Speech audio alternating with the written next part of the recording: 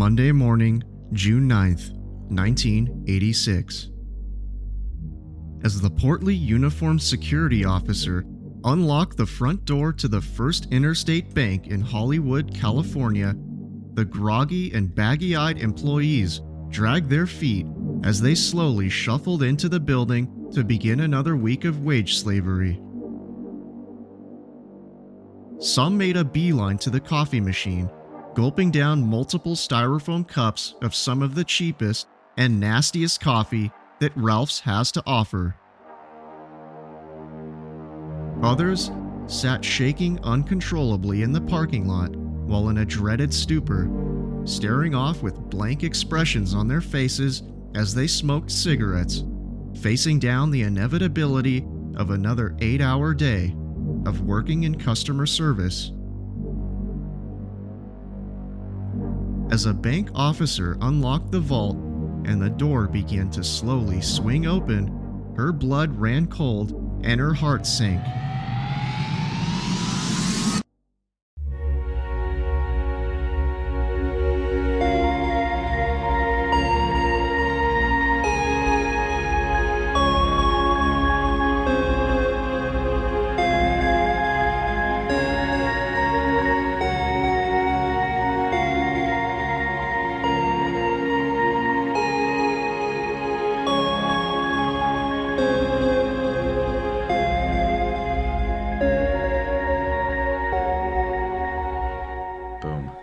Students of the universe, welcome back to what's been called the Beyonce of podcasts, also known as Super Mystery Bros, the show where my co-host Ivan and I sit down and discuss nothing but the world's greatest and most important unsolved mysteries. My name is Nate, but since Ivan is MIA right now, I've called upon one of my longtime friends to be my backup second-string co-host, a man who's like the Doug Flutie of backup co-hosts, Kyle. Whatever your name is. Kyle, say hi, man. Hi, Kyle. Is there anything you'd Hi, like to man. say about yourself, or would you rather remain mysterious, much like the mystery that we're going to talk about? You know what? That sounds great. We'll keep it mysterious. All right. Well, just to let everybody know, though, Kyle isn't anywhere near me right now, so we've got to do this over Zoom. So hopefully there's no technical issues with this. Kyle, what can people do to assist us in our treacherous journey into the dark and cavernous world of the unknown? Well, Nate, listeners can leave us a review on Spotify. It could be 5-star, 1-star, anything in between. Doesn't really matter. Just having any reviews at all to help fuel this fledgling podcast would be great. And they can also spray paint Listen to Super Mystery Bros on the side of their car, or even a stranger's car. No, don't do that. And how can people get in contact with us? The listeners can drop us a line at supermysterybrospodcast@gmail.com. And they can leave a voice message for us using the Anchor FM link in the episode description. Sounds good, man. Are you ready to get into this mystery? Ready to rock and roll, Nate. All right.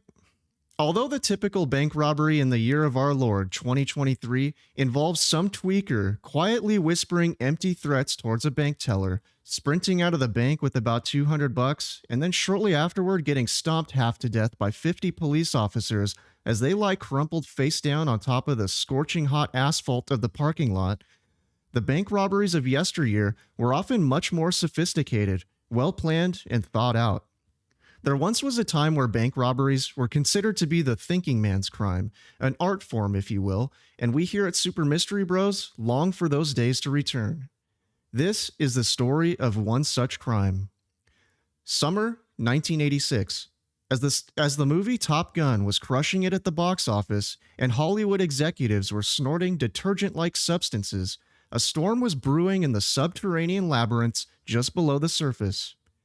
Hollywood, also known as Tinseltown, is not just the name of the film industry, but it's also a place where you can go to make your dreams, in the words of Shia LaBeouf, not just be dreams.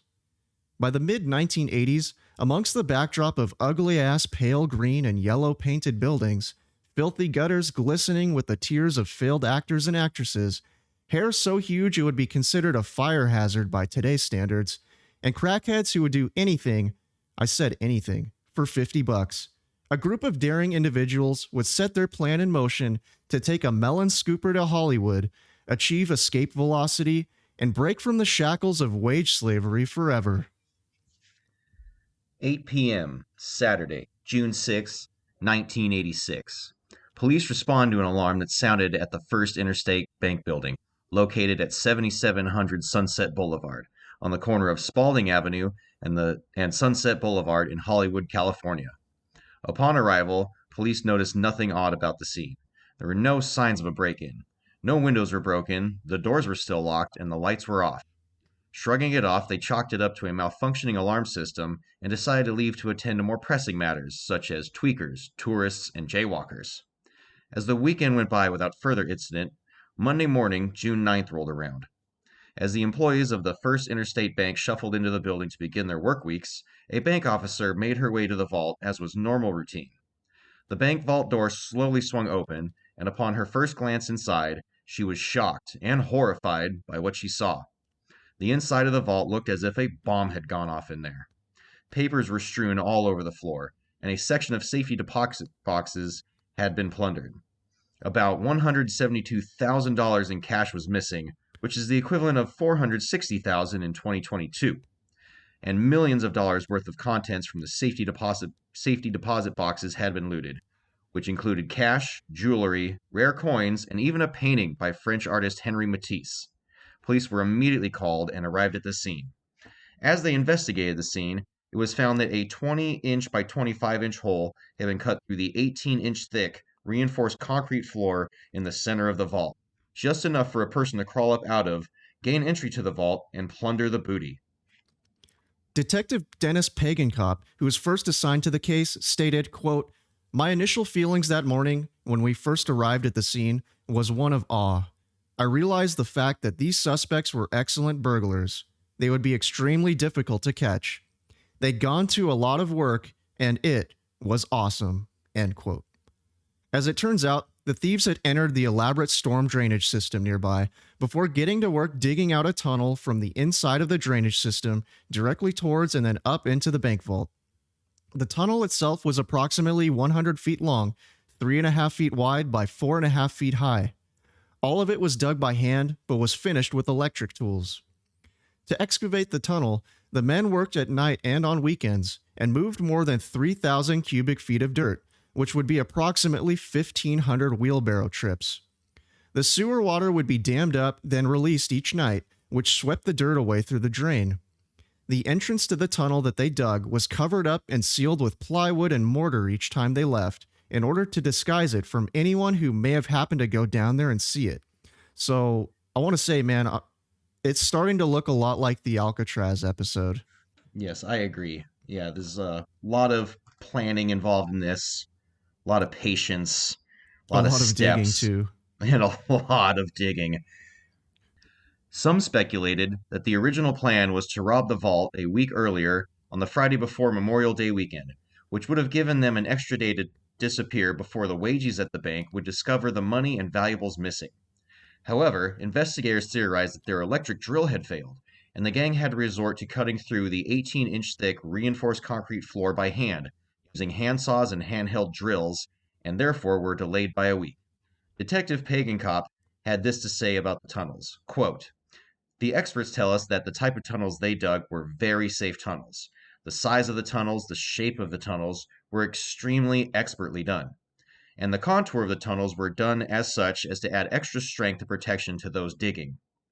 Police searched a 3-mile radius of the bank in the underground vault storm drain system looking for any clues or evidence that the robbers had left behind, but aside from some styrofoam coffee cups and a few random useless pieces of equipment, the robbers left nothing behind that would be of any value to investigators. We view this burglary in the city as the crime of the century as far as burglaries go," end quote, Detective Pagenkop said. Unfortunately for the robbers, they made a rookie mistake. Their strategy was to pry open the smaller safety deposit boxes first, which made it impossible to access the surrounding safety deposit boxes due to the jagged metal flanges sticking out and blocking them from being accessed. In other words, for every box that they opened, they made the surrounding boxes both to the top, bottom, left, and right of it inaccessible. As the days turned into weeks, the FBI and LAPD received numerous tips, including that the culprits were city workers, Vietnam vets who were familiar with Viet Cong tunnels, the Viet Cong themselves, or even a quote, gang of troglodytes, derelicts, and winos who inhabited sewers, end quote. Upon following up on all of these tips, none of them panned out. The case quickly went cold, with authorities having nothing to go on. Oh man, I wanted to mention to you that this building now it exists right next door to Zappa Records. No way. It's literally right next to Zappa Records. So to the listeners out there, me and Kyle, we're both huge Frank Zappa fans, and we actually went to Sunset Boulevard to see Zappa play Zappa about 10 years ago, right? Yes, yeah, we saw Frank Zappa's son, Dweezil Zappa, play a Frank Zappa set with some Yeah. very talented musicians, and it was a great time. Yeah, so it kind of goes back to what Ivan was talking about during the Shadow People episode about synchronicity. I just because like when we chose this episode, I had no idea that that it would exist right there. It's news to me, but that's pretty cool. Shall we continue? We shall. More than a year passed since the first interstate bank was tunneled into and robbed. But on Saturday, August 22nd, 1987, the same culprits likely struck again. On that day, the alarm system was triggered at the Bank of America at the corner of Pico Boulevard and La Cienega Boulevard in West Los Angeles. As police arrived on the scene, they met up with the assistant bank manager who opened the vault door. Apparently, as the burglars were inside of the vault and packing up all of the stolen cash and valuables, they were interrupted as both police officers and bank management arrived at the scene. Inside the vault, it was a similar story to that of a year prior. A hole was dug through the vault floor, and the vault looked like a bomb had hit it. However, this time, it was apparent that the authorities had interrupted them while they were in the progress of the robbery. They had fled back down the hole before the vault door could be opened and disappeared into the sewer.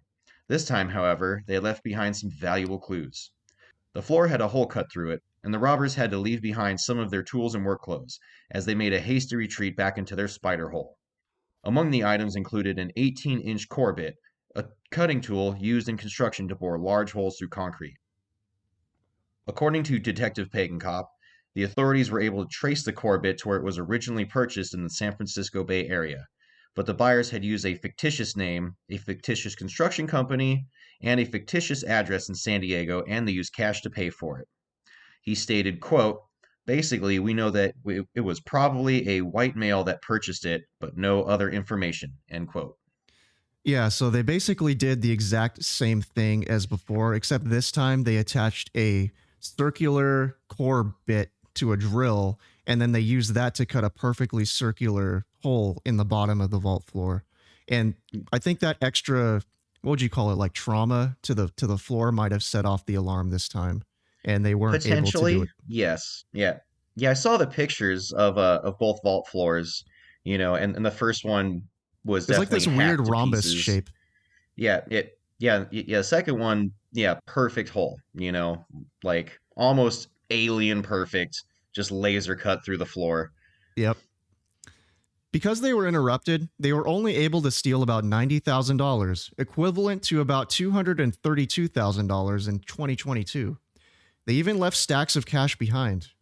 This time, the gang had learned from their past heist and constructed a higher quality tunnel.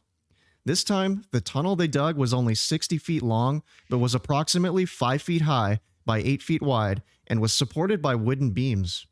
This would have allowed them greater maneuverability as they worked at digging out the tunnel. In an article written in the Los Angeles Times, dated August 25th of 1987, just 3 days after this latest heist, David Freed wrote the following.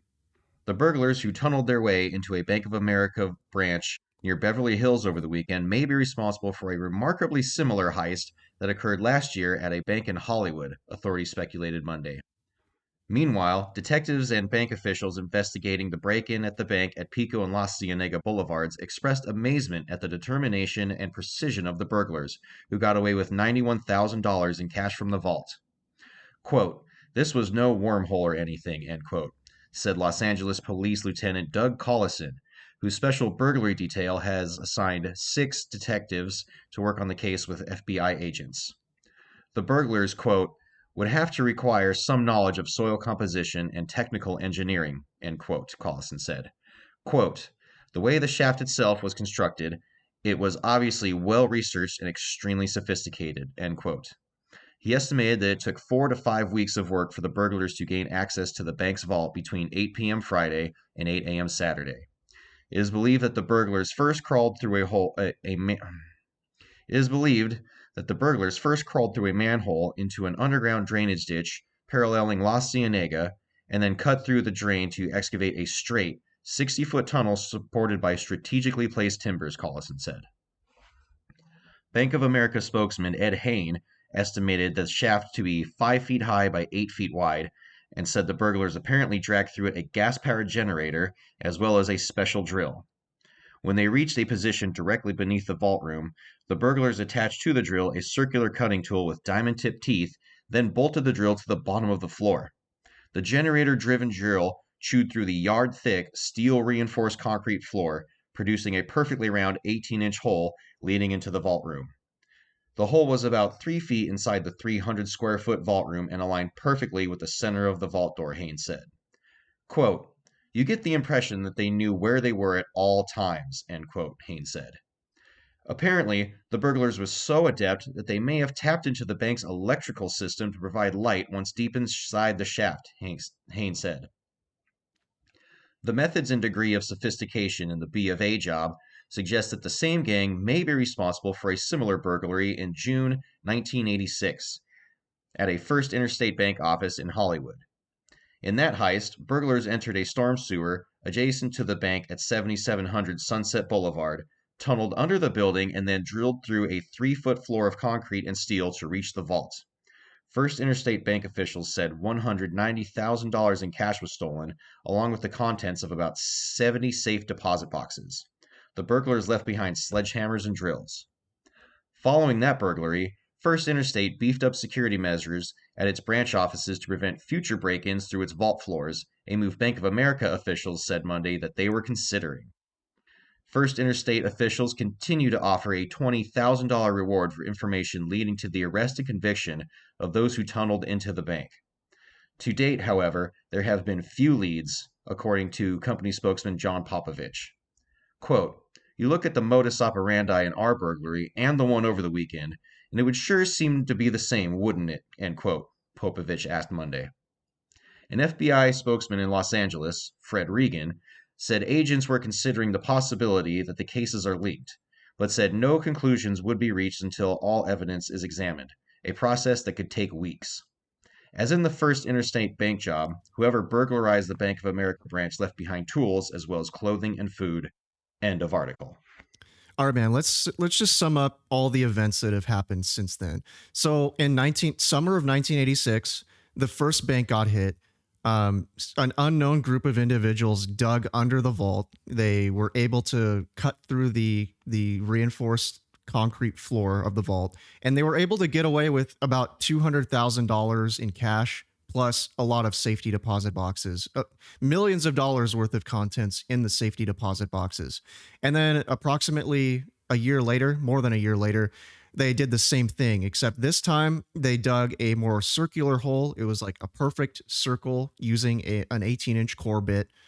And then they were interrupted by the police and the bank officials.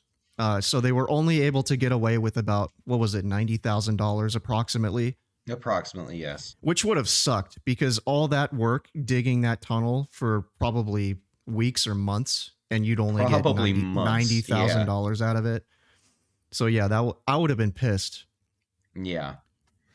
So about 3 miles from the bank, the police found a 4-wheeled ATV just inside of a storm drain entrance. Apparently the men had used ATVs to carry their equipment underground. The core bit and drill alone required a drill press that weighed over 100 pounds. In total, 4 abandoned ATVs were found. According to Detective Pagenkop, he believes that there were 3 men involved, 2 who operated inside of the vault, and 1 who was on the outside, acting as a lookout. Without someone acting as a lookout, the men would have had no idea that the police were coming. They were likely in radio contact with each other. He stated the following, quote, "We came to the conclusion that the suspects were very close friends, possibly army buddies, able to work together for long periods of time in very confined areas, taking up 3 to 6 weeks probably to dig just that one tunnel." End quote. As the robbers made their escape, they left footprints behind as they ran through the tunnel. Their tracks indicated that one of the robbers was barefoot and another was only wearing socks. All right, hang on, man. Why do you think that they weren't wearing shoes? I wanted to ask That, you this because I could not figure out why they would not be wearing shoes. yeah, that escapes me as well. Oh, do you You think that know, it might be uh, if they were wearing shoes, maybe they would have set off like a floor alarm more easy? n- no, because if there was a floor alarm, like a pressure sensor, just the weight of them, let alone, the drill popping through Yeah. would would trigger alarm, and if you're doing something like this, I'm sure they were ready for the possibility of being interrupted, so you want to make a hasty escape, Yeah, I have right? no idea why they wouldn't be wearing shoes, but Yeah, that's a yeah, mystery for another day, I guess, man. yeah, and it says that they used ATVs. I mean, I've ridden ATVs before. I wouldn't dare get on one without any shoes to protect my feet. So yeah, you're right. Maybe we'll sink our teeth into that one another time. Yeah. All right, you can continue. As they made their escape, they had to abandon their ATVs, one of which police discovered near the storm drain entrance. Despite the police recovering a plethora of evidence this time, including tools, ladders, and clothing, they were unable to find any fingerprints on any of it. However, police were able to locate one latent fingerprint on the ATV they had discovered.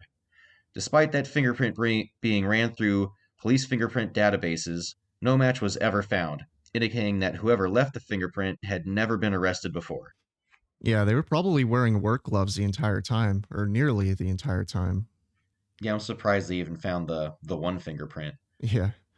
When police checked local dealers of all terrain vehicles, they were able to find that they were purchased by men who were described as, quote, "white males, early 30s, slim and muscular, dressed in construction style clothes, speaking accentless American English," end quote. I think they're basically describing our dads, dude, in the 80s. Oh no, that's where my dad got all that money from. There you go, man. Police were certain that it was the same gang. The buyer for the ATVs was listed as Robert Spaulding, which was either some sort of inside joke or a taunt to the authorities, since Spaulding Avenue was the cross street that butted up to the scene of the first crime. Sales associates at the dealership helped draw two composite sketches of the man, which is the photo for this episode in the app.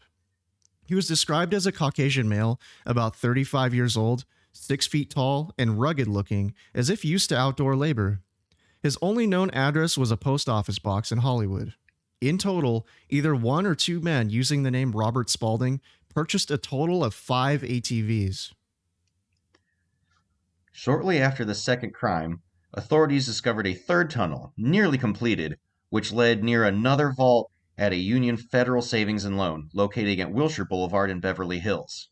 The vault hadn't been entered, and the police were able to thwart this attempt. However, since this tunnel was dug under a busy street, police had to shut down the entire section of road on a busy summer day in order to ensure that it wasn't at risk of collapsing. Could you fucking imagine, man? That's like the plot to Falling Down, the Michael Douglas movie. Great movie. After the discovery of the third tunnel, the men known as the Hole in the Ground Gang never surfaced again. They'd apparently ceased their operations and were never seen or heard from again. At this point in time, the authorities are no longer searching for the perpetrators. The statute of limitations on their crimes ran out in 1992, meaning that even if they were to publicly come forward and admit to what they did, they would not be able to be charged with any crime. All in all, despite their efforts, the gang was only able to get away with about $270,000, along with the contents of some safety deposit boxes. Although the contents of the safety deposit boxes were estimated to be over $2 million, it's speculated that they would have only been able to sell it for pennies on the dollar.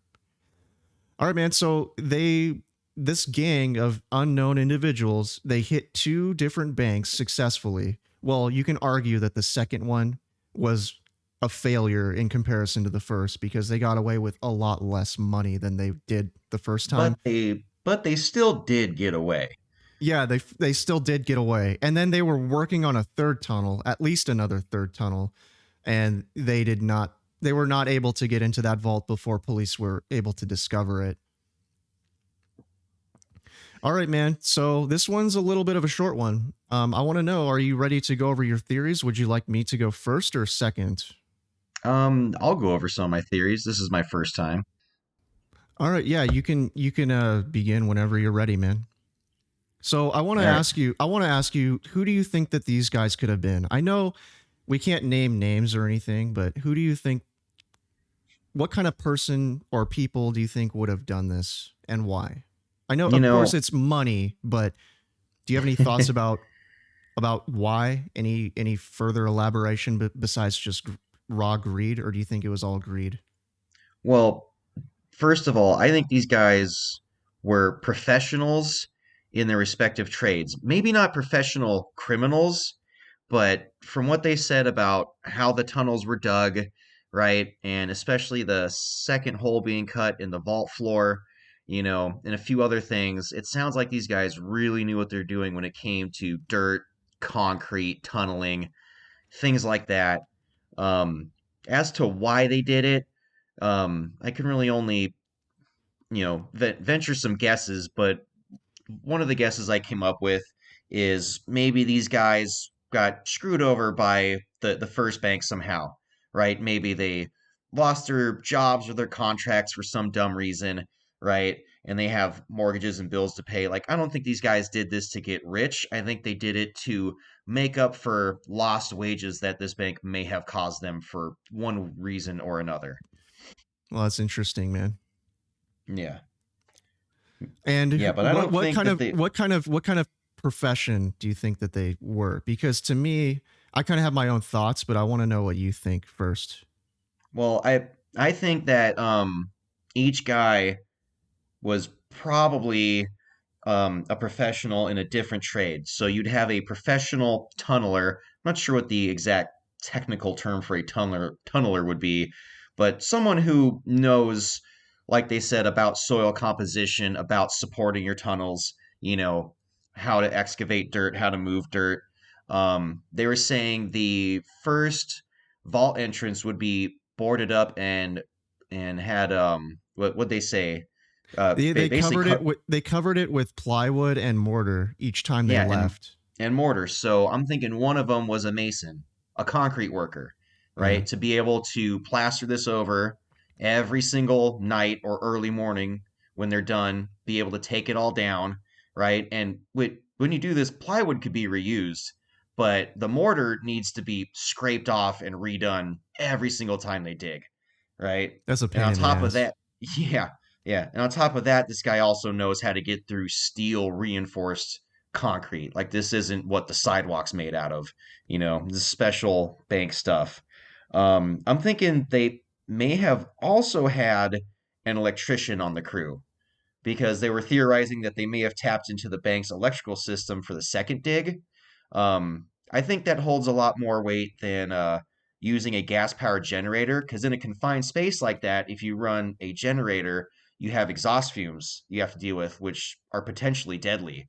Yeah. So yeah, you do need a Oh, lot of juice to run these big tools, especially that giant drill press and anything else they have going, lights, right? So it would definitely. I didn't even think of that, man. Sorry to interrupt you, but so do you think like as they got deeper and deeper into the tunnel, they were kind of forced to use the bank's electrical system because otherwise running a generator that deep into the tunnel could have killed them, right?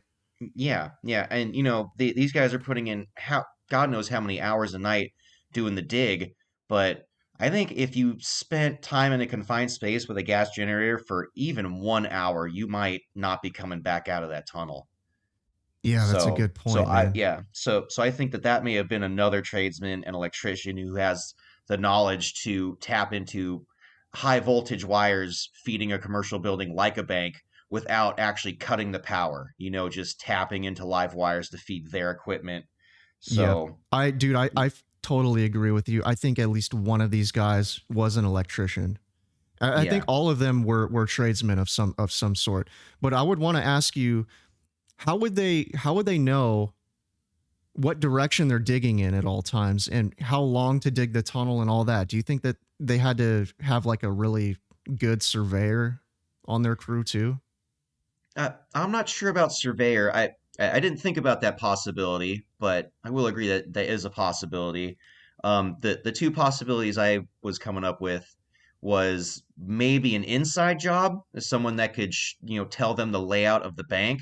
But also, when any building is built, there are prints and drawings that can usually be reviewed at a city, Right. The original whatever. building plans at Yeah. the It, county or city. yeah. Now, maybe those are harder to get to, seeing as how it's a bank. They don't just want the general public knowing how a bank is laid out, but there could have been someone at the city planning department, or someone may have had access to that. So I think that they had an inside guy either at the bank, at the city, something else, because that would really be the only way you would know. I mean, of course, unless they did have a surveyor that could stand at different points, measure down the drainage ditch, right, and then go up to street level, measure across to the bank. But even still, if you measured the distance to the bank from the street, you would have to know exactly where the vault was. See, like the thing that blew me away was the second job that they did. It was the hole was described as being like almost perfectly in the center of the floor of the vault. So Yeah, they knew where they were at all times, which yeah. is freaky. It's Well, freaky. when I saw the picture of the first bank vault, that hole was pretty close to dead center of that one too. They just didn't mention it because it wasn't a perfect hole. They didn't use a drill to drill it out. They had to hack through that one. Yeah. But they definitely knew exactly where that vault was too. Like they're not just down there poking random holes up through the dirt waiting to hit something. Yeah. Do you have any other thoughts? Why do you think they stopped? Um, so the first bank they hit, like I said, like I don't think that they did this to get rich. I think they did this maybe to make up lost wages for something, just to pay their mortgage, feed their families, and it might have gone better than they hoped, right? Like maybe they got a little extra money, and a year later goes by and they were never caught, no evidence, and maybe they just decide to go for it again, right? Use the exact same formula. However, this time they trip an alarm, right? And they Hmm. must have a lookout somewhere, or a police scanner, something to tell them that their time is going to be abruptly cut short and they have to bail, right? Right. And and on top of that, they apparently had this third tunnel dug and ready to go, but didn't get through the vault floor. The police find this one. Now the heat's really up. I think they called it just a close call. Lucky they got away a second time, and to just call it quits forever. Because, like I said, I don't think these guys are thieves, you Right. know? I think they Right. just got cocky by getting away with it the first time, and the second time didn't go so well. And they said, we're just going to call it good. Hey, sounds reasonable to me. Yeah, and So I I think, think that's about all I got. yeah. All right. Well, so when it comes to my own thoughts about the case, I thought it was like kind of intriguing because it's got so many parallels to the Alcatraz case that we did on episode 3. And I Yes. felt like when I was doing research for this one, I was kind of having deja vu. 3 men on Alcatraz that were just carefully digging out a hole in the wall. And then probably, I believe it was probably 3 men who were also carefully digging a hole through a wall in the sewer. And with the end goal of escaping their shitty lives and maybe retiring early somewhere. And it kind of reminded me of the Trailer Park Boys movie, the one where they were planning their own like the Big Dirty. The Big It's Dirty. Do you remember that one? It's been a while since I saw it, but it was kind of like they were gonna steal the gumball machine that was in the movie theater. It was just full of quarters. It Yeah. kind of reminded me of that a little bit. So I don't think that these guys were much different than like Ricky, Bubbles, and Julian, except I think that they were like way smarter and more sophisticated. Yeah, not comically stupid for No. TV purposes. Yeah.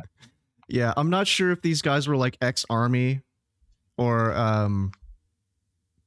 or something like that. I just think that one of them was probably an engineer or like a surveyor, because I think that the accuracy in whatever direction that they're digging was probably the most important aspect of this crime. So they had to have somebody who was the only thing I can think of is like a surveyor or someone who's just really good at trigonometry, uh, to like measure out the distances that they would have had to have Oh dug, yeah. because they dug up and they landed perfect dead center in the middle of the vault, which is Yeah. Dead impressive. center. So yeah, I think all these guys were construction workers of some sort, and I definitely believe that they were all blue collar kind of guys. But I'd also imagine that they were all really good friends, and Yeah. the way I imagine them is that they just one night they were on a camping trip together or something, and they're sitting around the campfire just drinking beers, and one of them was like, "Hey, I got an idea," and then like the other guys, they just kind of like went along with it, and then eventually it just escalated into actual action. Like I don't I- think that these guys were just like low life criminals. I don't think that they would have had any sort of petty crimes on their record. At least not all of them, because that latent print on the ATV had no matches in the police database. So I don't think that these guys were just like run of the mill criminals with a record. or even like professional bank robbers. Yeah, I mean, like I think that I I know think that movies are a one. bad. Sorry, I just think one of them had this really great idea, and then the others went along with it, and they summoned up the courage to actually do it. I Um, I kind of had the same theory. The same theory. I was just imagining these guys Friday after work sitting at the bar, bitching about their shitty jobs, bitching about the bank maybe doing them wrong, and then just somebody spitballs the idea that like, dude, we could totally rob a bank because we have the knowledge to dig tunnels. We can just poke a hole in the floor and just grab everything, saying it semi jokingly, and then they all stop to think about it and they're like, hey, you know what? That's actually doable. yeah, That was I agree, man. that was my little daydream about that. Yeah. So when it comes to the guy who the ATV dealership, the sales associates there saw, um, yeah, like his description that he gave, it definitely sounds like that guy probably would have worked construction. He was described as kind of weather beaten, mid 30s, muscular. Sounds like Yeah. somebody who's outside constantly. And he's wearing work clothes. So Yeah. to me, yeah, I think that these guys were probably a gang of construction workers, or at least like mostly construction workers. So I Yeah. guess it would make sense if these guys were Vietnam vets and they were like a tight knit group of friends, and they might have known each other since their days in Nam. Yeah. Uh, That definitely does make sense to me. I do like that theory that these guys might have served together, you and, know, and and another and the reason fact that they why all came home. Yeah. I say this is if you look at the pictures of the first tunnel that they dug, it does look a lot like the inside of a Viet Cong tunnel if you've ever seen one Yes. of those. When I Yes. saw the pictures of the first tunnel, I was like, damn, that looks like a Viet Cong tunnel to me. Yeah. Agreed. Yeah, so I don't think that that's too far of a limb to go out on to think that these guys might have been Vietnam vets. And if they were described as being in their early to mid 30s, that would have put them in Vietnam. Let's say they were born in like 1950. Yeah, that would have been perfect. Perfect Vietnam age too. So, Yes. um so if I had to speculate on what their motives were, of course it was money, but I think that the other reason is that if they were working construction, I mean that's hard fucking work, and they probably wanted to pull off their own like big dirty, you know what I mean, so they could Oh yeah. finally escape the rat race. Oh yeah. So beyond what I can say about who I think they are, I hope that these are just a few dudes who came back from Nam and they got like spat on and shitted on and treated like a disease, and they were relegated to work these like menial hard labor kind of jobs, and then one day just like one of them hatched this plan, and the rest of them kind of like went along with it, like they're finally going to get theirs. And they just spent all that time planning out all the small details. And then they got to work digging that tunnel just day after day, just week after week. And they just carefully and quietly tunneled under that first bank. And they took that well deserved money and they used that money to either supplement their retirements or maybe send their kids to college or take a long, well deserved vacation from wage slaving. Yeah, yeah, yeah. Not like what a professional criminal would do, which would just be invested in the next heist, or Yeah. And drugs or a, flashy things or anything. another thing that suggests to me that these were not just like run of the mill brain dead criminals is, the people who suddenly come into a bunch of money like that, they start buying like Lambos and shit. Oh You yeah, probably can't buy much in the way of a Lambo with 200 grand, but they start flashing money around, and it doesn't sound like that probably happened in this case because I think the yeah, cops would have been onto someone. yeah, yeah, yeah. I do like your theory, Vietnam buddies, and then either sent their kids to college or squirreled it away, took a big vacation, you know, at, after the heat was off, of course. Yeah, and Um, yeah. Oh, sorry, were you no, saying something? not really. um, I, I do have just three unanswered things about this. One of them definitely the barefoot tracks. I cannot come up with an answer for that. But the other ones, when they said they dug out the first tunnel, they said they moved 3,000 cubic feet of dirt, right? It's a Yeah, 1,000 yards of dirt. And I don't know if you've ever seen a yard of dirt. You know those big front loader, big yellow Caterpillar front loaders, the big bucket, yeah, yeah, yeah. construction digging tools. One of those giant buckets is 1 yard of Are you talking dirt. about? Are you talking about the ones with the long neck on them? No, no, that's an excavator. The front loader's got four wheels, Oh, right? yeah, yeah, yeah. You're talking about the one that looks like a snowplow almost. Yes, That almost. shape. Yeah, Okay. yeah, yeah, yeah. So that's 1 yard of dirt. That big old bucket on the front of God there damn. is a yard of dirt. So you're talking 1,000 of those, right? And it says that they dammed up the sewer every night, and when they were done digging, all they did was let the sewer water go to wash the dirt down the drain. But what drain is going to handle that much dirt? Who doesn't notice that much dirt popping up elsewhere?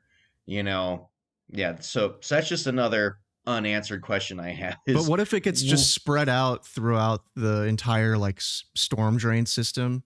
Because underneath LA, it is a pretty fucking massive storm drain system. So I don't know how much, man, it is a good question. I don't know how the math yeah, would work out eh, on that, but I do know it's a yeah, huge system. yeah, yeah. I mean, yeah. You would have to spread it out. Do you ever see the movie The Great Escape? It was about That's the World War II one, right? yes, yeah, I with saw that. I Steve saw that McQueen. a long time ago, but I don't remember details about Well, it really. they were digging a tunnel to get out of this concentration camp, right? And how they got rid of the dirt, where they made these little bags that went down the legs of their pants, right? And they would walk out into the yard, and when no one was looking, they'd pull these strings, and the dirt would fall down like the leg of their pants, and they would just smooth it out with their feet. But it took a very long time because that's a very slow way to hide your dirt. Now Yep. imagine doing that with 1,000 yards of dirt. Granted, LA is a much bigger place. You're right, storm drain, big place. But that was just one of the things I couldn't wrap my heads around is where do you put all of that dirt? Yeah, that's a And then shitload of fucking dirt, man. yeah, yeah. And then the other one, the second bank where they actually used a core drill to go through the floor, right? And I Hmm. said that the drill press itself weighs 100 pounds. I believe that. That 18-inch bit, that's not a light cutting bit at all, right? And this has to be bolted up to what is now the ceiling above you, right? The bottom of the floor is a ceiling above you. So this thing's mounted to the ceiling, right? And it Yeah. cuts an 18-inch by 3 foot thick steel reinforced disc of concrete. I just want to know how they got that down because that's not a 100-pound drill press. That is hundreds upon hundreds of pounds of steel reinforced concrete disc. Yeah, that's So fucking that was insane. the other one. That needs a piece of equipment to lower that thing down from the ceiling. So those were my three, at as a construction worker, those were my three things that I just could not wrap my head around. So yeah, when it comes to your third question there, I think that that's what fucked them over. I think that's what alerted the police because of that heavy ass drill making all that vibration, all of that Yeah, noise. It probably set off the alarm, and the way they got away with the first crime, I think it's because they did it all by hand, very gently and slowly over yeah, time, and I think that's what saved them. But this second attempt, yeah, it was like more clever and more, it's like easier to drill through the yeah, floor instead of cutting it with hand tools. But I think that's what yeah. set off the alarm most likely. Well, they still set off an alarm at the first job too, but when cops showed up, the bank was closed. No one was there. No signs of Oh, break-in.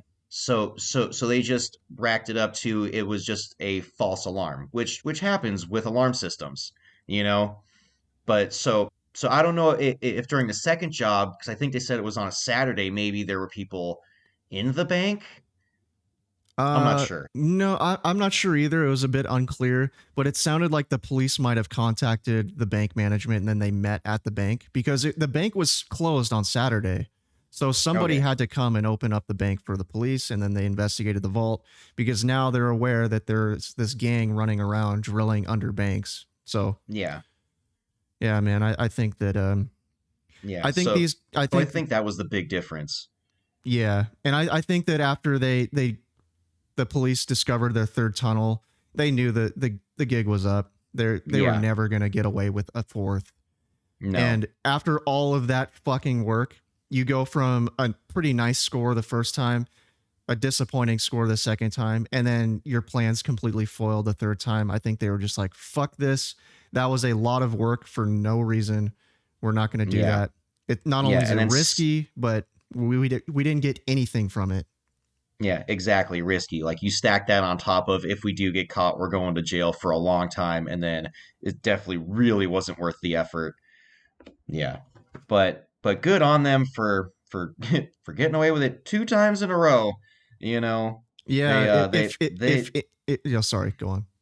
yeah, they definitely took the time. They had a lot of patience. This was very well thought out, and also on the plus side, no one gets hurt or anything. It's not like in the movies where they have a big shootout with the cops. People get hit by stray bullets or anything. This was just a Yeah. quiet in and out.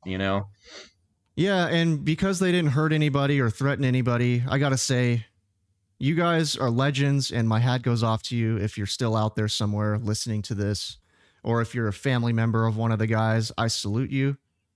Enjoy the money. All right, man. Do you have anything else you'd like to add to this discussion? No, I think I about covered everything I had rolling around in my head. Definitely a lot of questions. Definitely very interesting. Like Oh, like I and said, for do you? What yeah, do you think? Why do you think that they were barefoot? Because that's fucking with me too.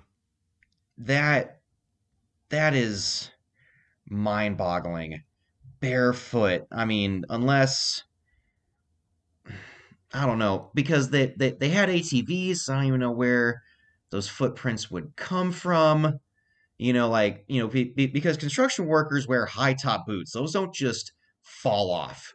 Yeah, you know so I don't know if like some other bums had come through it in stole their between when these shoes. guys yeah, in between when these guys escaped and the cops showed up, maybe a couple homeless tweakers just happened to roll through the storm drain, like they said, troglodytes, winos, derelicts, who knows.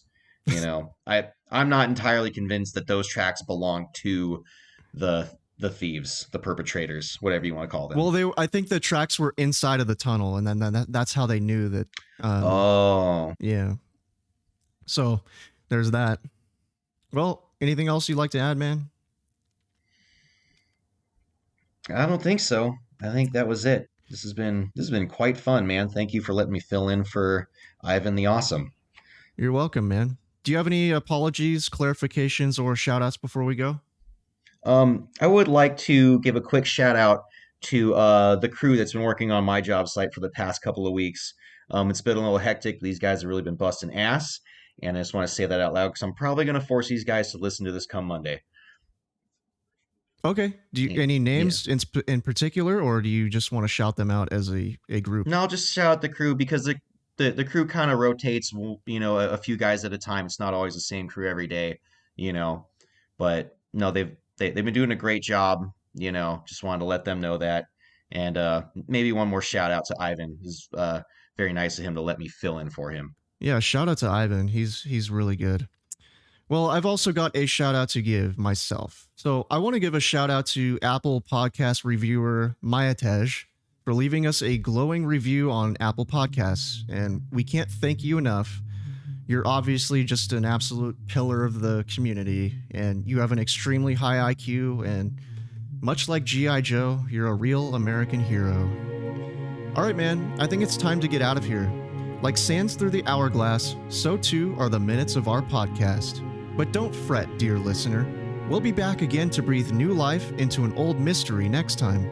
Remember, folks, the truth is out there somewhere in the ether, and through our powers combined, we'll solve that sumbitch once and for all. This is Super Mystery Bros.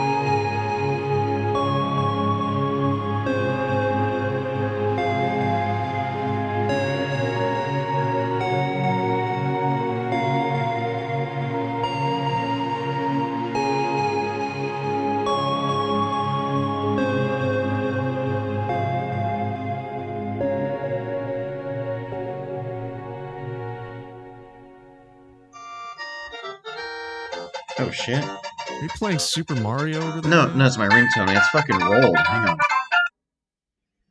You remember rolled, right? Rolled? Yeah. Rolled. Wait, call on hold. Hey, Kyle, Yeah. what are you doing, Kyle? I'm on Zoom with Nate Dogg. Do you remember Nate Dogg?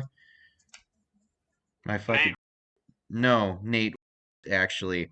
He was at that fucking party we had at my house like forever ago. Yeah. Yeah, man. Fucking yeah, he lives in and right now we're getting set up to record a podcast episode. Oh, wow.